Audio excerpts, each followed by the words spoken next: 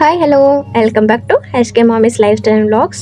இன்றைக்கி நான் வந்து இந்த கஞ்சி ரெசிபி எப்படி மேக் பண்ணுறேன், நெக்ஸ்ட் வந்து ஒரு வாரத்துக்கான மீல் பிளானுக்கான மெயினாக வந்து நான் என்ன பண்ணுறேன்னு சொல்லிட்டு உங்ககிட்ட நான் ஷேர் பண்ணுறேன். ஸோ இன்றைக்கி வந்து கஞ்சி மாவு ரெடி பண்ணலாம் அப்படின்னு சொல்லிட்டு நான் வந்து ப்ரிப்பேர் பண்ண போகிறேன். ஆரி ஒர்க் ஆர்டர்ஸ்லாம் அந்த டைமில் இல்லை. ஸோ கொஞ்சம் பெண்டிங் இருக்க வேலையெல்லாம் பண்ணிடலன்னு சொல்லிட்டு தான் இன்றைக்கி வந்து கொஞ்சம் வேலையாக வந்து பார்த்துட்டு இருந்தேன்.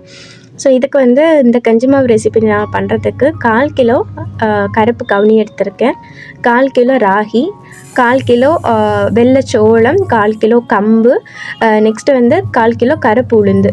ஸோ அது எல்லாமே எடுத்துகிட்டு நல்லா வாஷ் பண்ணிக்கோங்க. ஸோ வாஷ் பண்ணிவிட்டு ராகி மட்டும் ஒரு 4 or 5 டைம்ஸ் வாஷ் பண்ணிக்கோங்க, ஏன்னா அதில் டஸ்ட்டு நிறைய இருக்கும்.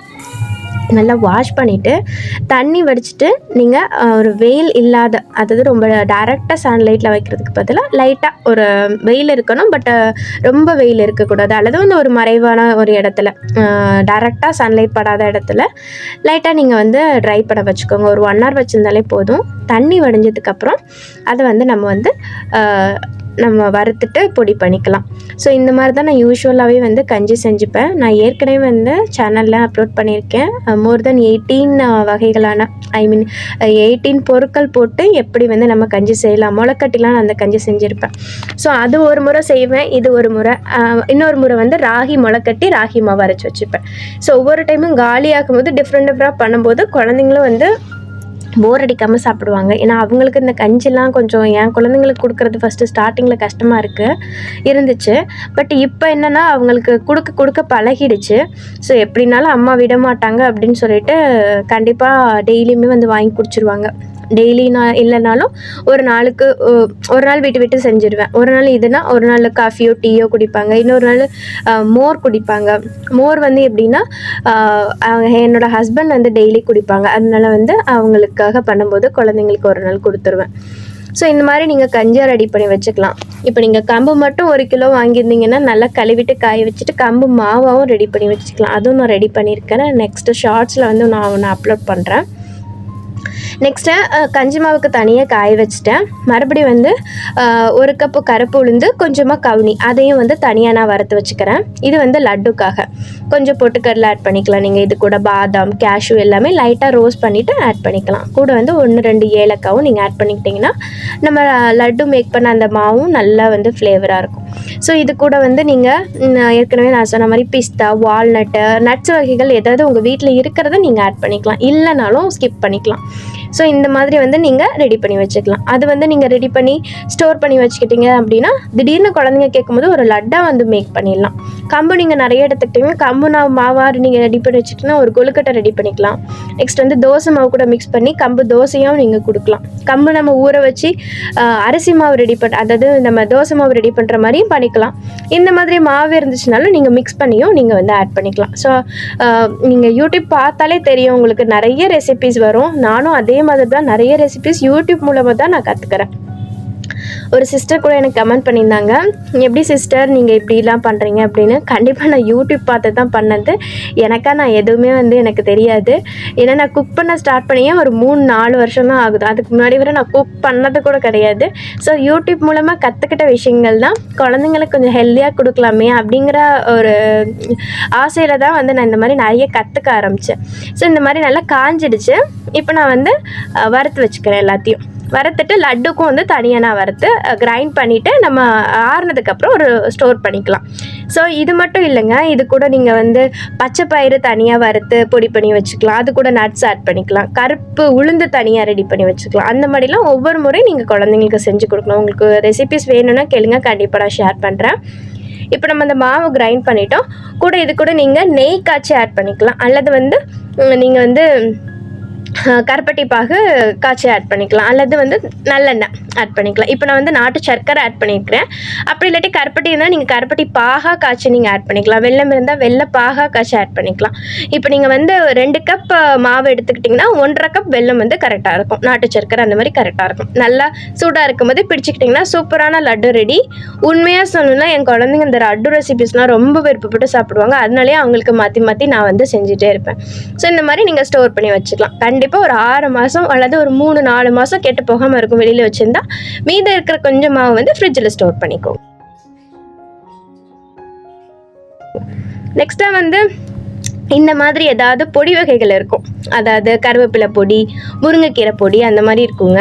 ஸோ இன்றைக்கி நான் முருங்கைக்கீரை தான் நல்லா கழுவி வீட்லேயே வந்து காய வச்சுருந்தேன், ஃபேன் காற்றுலேயே காய வச்சுருந்தேன். நீங்கள் வெயிலில் காய வச்சிங்கன்னா கலர் சேஞ்ச் ஆகும். நமக்கு அந்த க்ரீனிஷ் கலரில் பொடி வேணும் அப்படின்னா நீங்கள் நிழல்லையே காய வச்சுருங்க.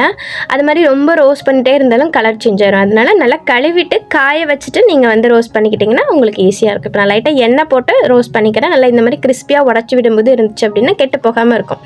பட் இதெல்லாம் ஒரு மாதம் தான் எங்கள் வீட்டில் காலியாகும். ரீசனாக கூட நான் ஒரு ஷார்ட்ஸில் கருவேப்பிலை பொடி மேக் பண்ணியிருந்தேன். ஸோ அதுக்கப்புறம் இது மேக் பண்ணது தான் முருங்கைக்கீரை பொடி. ஸோ இந்த மாதிரி நீங்கள் பண்ணிக்கலாம். இது கூட நான் கருவேப்பிலையும் ஆட் பண்ணிக்கிறேன். நெக்ஸ்ட்டு வந்து 2 ஸ்பூன் கடலைப்பருப்பு, 2 ஸ்பூன் வந்து உளுத்தம்பருப்பு, கருப்பு உளுந்து நான் ஆட் பண்ணியிருக்கிறேன்.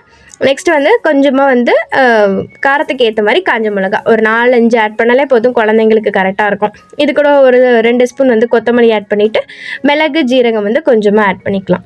நெக்ஸ்ட்டு எள்ளு இருந்துச்சுன்னா நீங்கள் எள்ளும் ஆட் பண்ணிக்கலாம். கருப்பு எள்ளோ வெள்ளை எள்ளோ 2 ஸ்பூனும் ஆட் பண்ணிவிட்டு பெருங்காயம் பூண்டு அதையும் லைட்டாக எண்ணெயில் வறுத்துட்டு 1 ஸ்பூன் கல்லுப்பு போட்டால் போதும். நல்லா ஆறுனதுக்கப்புறம் கிரைண்ட் பண்ணிக்கோங்க. சூப்பரான கருவேப்பிலை பொடி, கருவேப்பிலை முருங்கைக்கீரை பொடி. இதே மெத்தடில் நீங்கள் செஞ்சுக்கலாம். நிறைய போட்டால் கருவேப்பிலை பொடி, நான் முருங்கைக்கீரையும் போட்டு கருவேப்பிலையும் போட்டிருக்கேன். முருங்கைக்கீரை மட்டும்னாலும் நீங்கள் போட்டுக்கலாம்.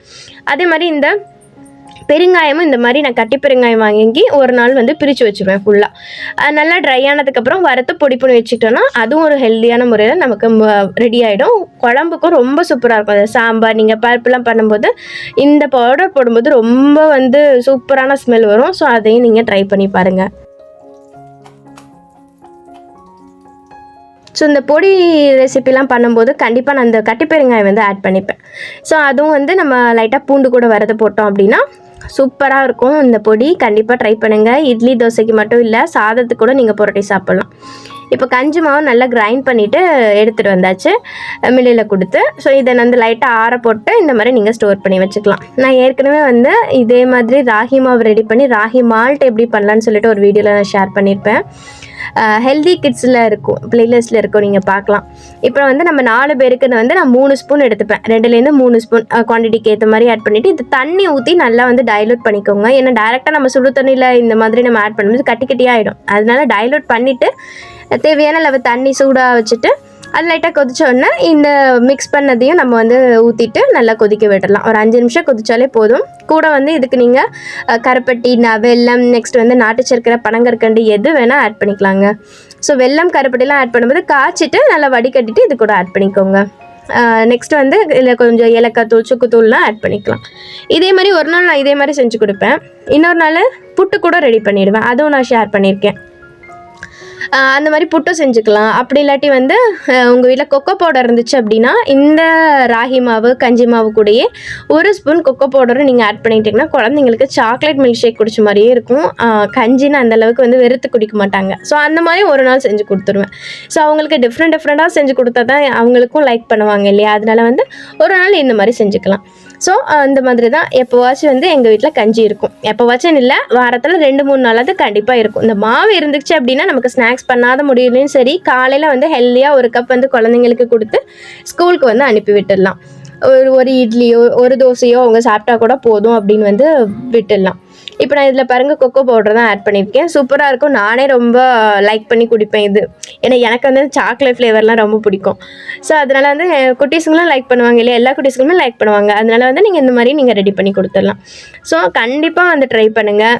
இந்த மாதிரிலாம் நம்ம ரெடி பண்ணி வச்சுட்டோம், ஒரு நாள் வந்து ஸ்பெண்ட் பண்ணி நம்ம ரெடி பண்ணி வச்சுட்டாலே போதும். கண்டிப்பாக வந்து ஒரு 2-3 மாதத்துக்கு நமக்கு கவலையே இல்லாமல் இருக்கும். ஸ்நாக்ஸ் செஞ்சு கொடுக்கும்போது செஞ்சு கொடுத்துருங்க, செஞ்சு கொடுக்காத போது இந்த மாதிரி கொஞ்சம் ஹெல்த்தியாகவும் நீங்கள் கொடுத்துடலாம். ஸோ இந்த மாதிரி வீடியோஸ் உங்களுக்கு பிடிச்சிருக்கான்னு சொல்லுங்கள். நெக்ஸ்ட் எந்த மாதிரி ஹெல்த்தியான ரெசிபிஸ் வேணும்னாலும் மறக்காமல் எனக்கு நீங்கள் கமெண்ட்டில் ஷேர் பண்ணுங்கள். பிடிச்சிருந்துச்சுன்னா லைக் பண்ணிவிட்டு சப்போர்ட் பண்ணுங்கள். இன்னொரு வீடியோவில் பார்க்கலாம். தேங்க்ஸ் ஃபார் வாட்சிங்.